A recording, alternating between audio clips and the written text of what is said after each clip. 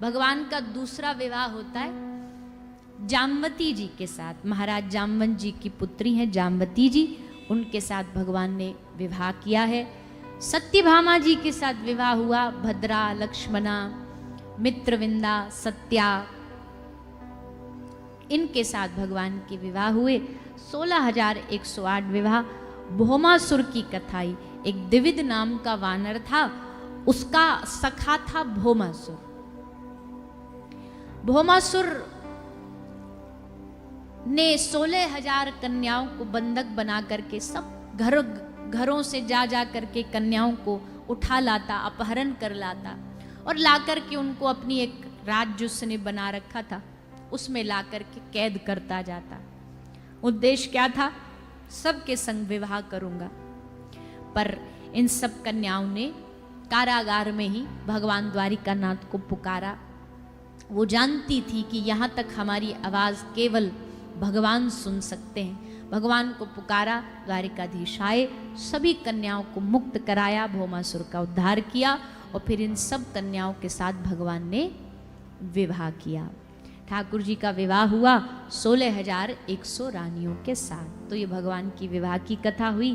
फिर भगवान ने एक पौंड्रक नाम का राजा था तो ये साधारण इंसान ही, पर इसको पता नहीं एक बार शौक चढ़ा कि हम भगवान बनेंगे, और इसने भगवान बनने का नाटक सीख लिया। 2-4 कुछ बातें सीख ली और अपने आप को भगवान द्वारिकाधीश का अवतार बताने लगा। सब लोगों की लाइन लग गई। भैया मानने वालों की भी कमी नहीं है दुनिया में, बस कोई मनवाने वाला होना चाहिए। मानने वालों तो हम बहुत हैं, जिसका भी पूजा करवानी हो हम तुरंत लाइन लगा लेते हैं।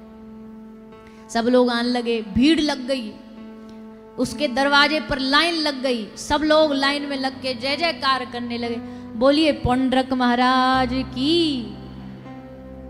तुम आप जैसे ही लोग थे वो भी जय, आगे पीछे कुछ नहीं देखना, बस जय। किसी की जय बुलवा लो हमसे, तुम बस आगे जोरदारी से बोलो, हम तो बोल देंगे जय बिना सोचे समझे। इससे हम आपको एक ये बात बताना चाहते हैं, कलयुग चल रहा है।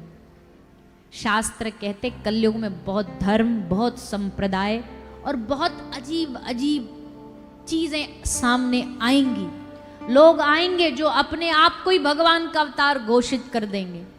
तुम उन चक्करों में फंसना नहीं। धर्म को धर्म, आपको असली की पहचान ना हो। अगर समाज जागरूक हो जाएगा तो कोई भी धर्म के नाम पर हमें ठगेगा नहीं, अंधविश्वास फैलेगा नहीं। जहां जिसने मन किया एक धागा बांध दिया, तुम सारे ही लाइन लगाने लग गए। वहां किसी ने गलती से एक कोई फल कहीं पेड़ के नीचे रख दिया, दूसरे ने देखा तो दूसरा आ गया, तीसरा आ गया और फिर लाइन लगा दी। ऐसा ना करो। थोड़ा अपनी विचार बुद्धि लगाओ, थोड़ा शास्त्र पढ़ो, भगवत गीता पढ़ो। मनमानी भक्ति ना करो, मनमानी भक्ति ना करो, शास्त्र के हिसाब से भक्ति करो। अंधविश्वास से बचो, अंधश्रद्धा से बचो, भक्ति करो, शुद्ध करो, निष्काम करो। तो पौंड्रक राजा का उद्धार भगवान ने स्वयं जा करके किया। जरासंध का उद्धार किया, राजा नृग का उद्धार किया, अपने बालकों को ब्राह्मणों की सेवा करने का उपदेश दिया। ये सब शिक्षा देते हुए अब ठाकुर जी अपने एक भक्त पर कृपा करते हैं। राजा परीक्षित ने प्रश्न किया, महाराज आपने मुझे सब कथा सुनाई, पर अब मेरी एक कथा सुनने की इच्छा है, भगवान के किसी सखा की कथा, मित्र की कथा। तो सुखदेव जी ने भगवान के मित्र की कथा सुनाई। नाम है श्री सुदामा जी महाराज। सुदामा जी की कथा अद्भुत कथा है भैया। भक्ति की, अद्भुत भक्ति की श्रेणी में सुदामा जी को गिना जाता है। जब भगवान ऐश्वर्य बांट रहे थे ना सब जीवों को, थोड़ा वैभव, थोड़ा यश, थोड़ी श्री, तो धर्मराज एकांत में भगवान से मिले और भगवान से कहा कि प्रभु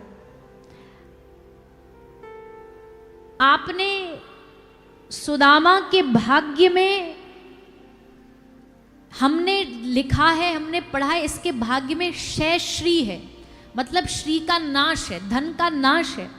और आपने इनको इतना बड़ा वैभव दे दिया, आपने इनके लिए पूरा सोने का महल बना दिया, जबकि इनके भाग्य में तो श्री का क्षय लिखा हुआ था।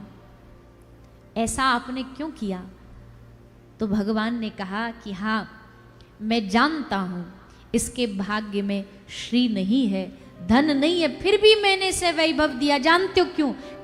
क्योंकि इसने इतना बड़ा भंडारा कर दिया, इसने जगत के लिए सबका भंडारा किया, सबका पेट भरा, इसलिए हमने इसका जो दरिद्रता, इसकी गरीबी, उसका नाश कर दिया। तो श्री यमराज जी ने पूछा, कौन सा नाश, कौन सा भंडारा प्रभु? इसके तो खुद के घर में खाने के लाले पड़े, इसने कौन सा भंडारा कर दिया? तो ठाकुर जी ने कहा, तुम्हें पता नहीं, इसने हमको तंदुल खिलाए थे, चावल खिलाए थे, हमने तंदुल खाए, हमारा पेट भर गया और हमारे ही पेट में संपूर्ण ब्रह्मांड समाया, इसलिए ब्रह्मांड का पेट भी हमारे पेट भरने से पूरा भरा, पूरे ब्रह्मांड का भंडारा हो गया। ठाकुर जी अपने भक्त की वकालत बहुत लेते हैं, अपने भक्त की बात आ जाए ना तो इनसे बड़ा कोई जज नहीं है, सारे निर्णय ये खुद ही सुना देते हैं। देखो कितना बढ़िया साइड ली है सुदामा की, कि इसने इतना बड़ा भंडारा कर दिया, जगत का पेट भर दिया, इसलिए हमने इसकी दरिद्रता का नाश। किस्मत में तो दरिद्रता थी, भाग्य में तो वही था, पर हमने सब मिटा दिया, उल्टा लिख दिया, क्षय श्री की जगह हमने यक्ष श्री बना दिया इसको। ऐसे श्री सुदामा जी महाराज, ठाकुर जी अपने भक्त का प्रारब्ध भी बदल देते हैं। सुदामा उसका उदाहरण है।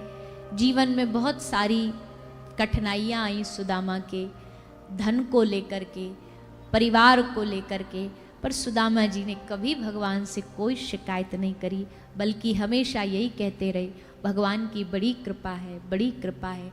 आज हम आपको जाते जाते 2 शब्द दे के जा रहे हैं, सब लोग ध्यान से सुनना। इन 2 शब्दों को जीवन में ऐसे पल्लू में गांठ बांध करके चाबी फेंक दो, ताला लगा लो इन 2 शब्दों का। और ये 2 शब्द कौन से हैं? एक है हरि कृपा और एक है हरि इच्छा। इन दोनों शब्दों का करना क्या है? जब आप अपने जीवन में जो कुछ भी पाना चाहते हो, जो आपकी इच्छाएं हैं, वो अगर आपको मिल रहा है तो बोलो हरि कृपा है, और जब जो चाह रहे हो वो नहीं मिल रहा है तो बोलो हरि इच्छा है। दोनों ही शब्दों में मौज है।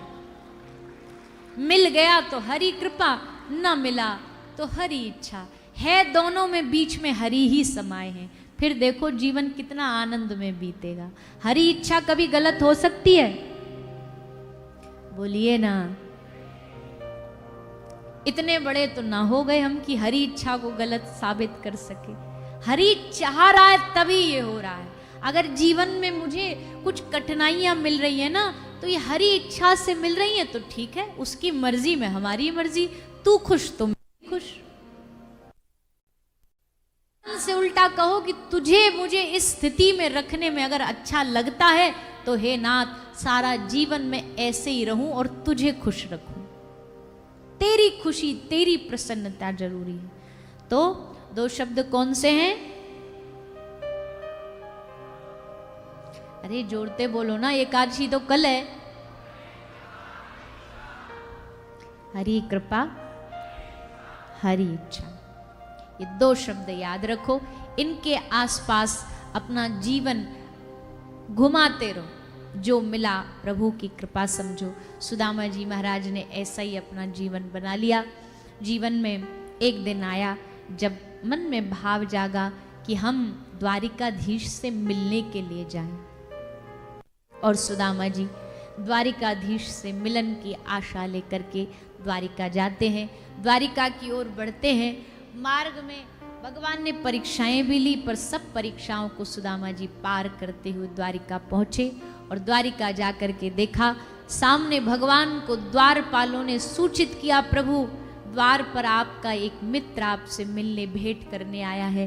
बस नाम परिचय की जरूरत पड़ी नहीं, भगवान जानते थे सुदामा ही आया है। और सुन करके द्वारिकाधीश उठ करके दौड़ पड़े, भाग पड़े और जा करके सुदामा जी को अपने गले किया और आंख से आंसू बहाते बहाते सुदामा का स्वागत किया। भैया, इस दुनिया में सबसे सुंदर पूजन, सबसे सुंदर स्वागत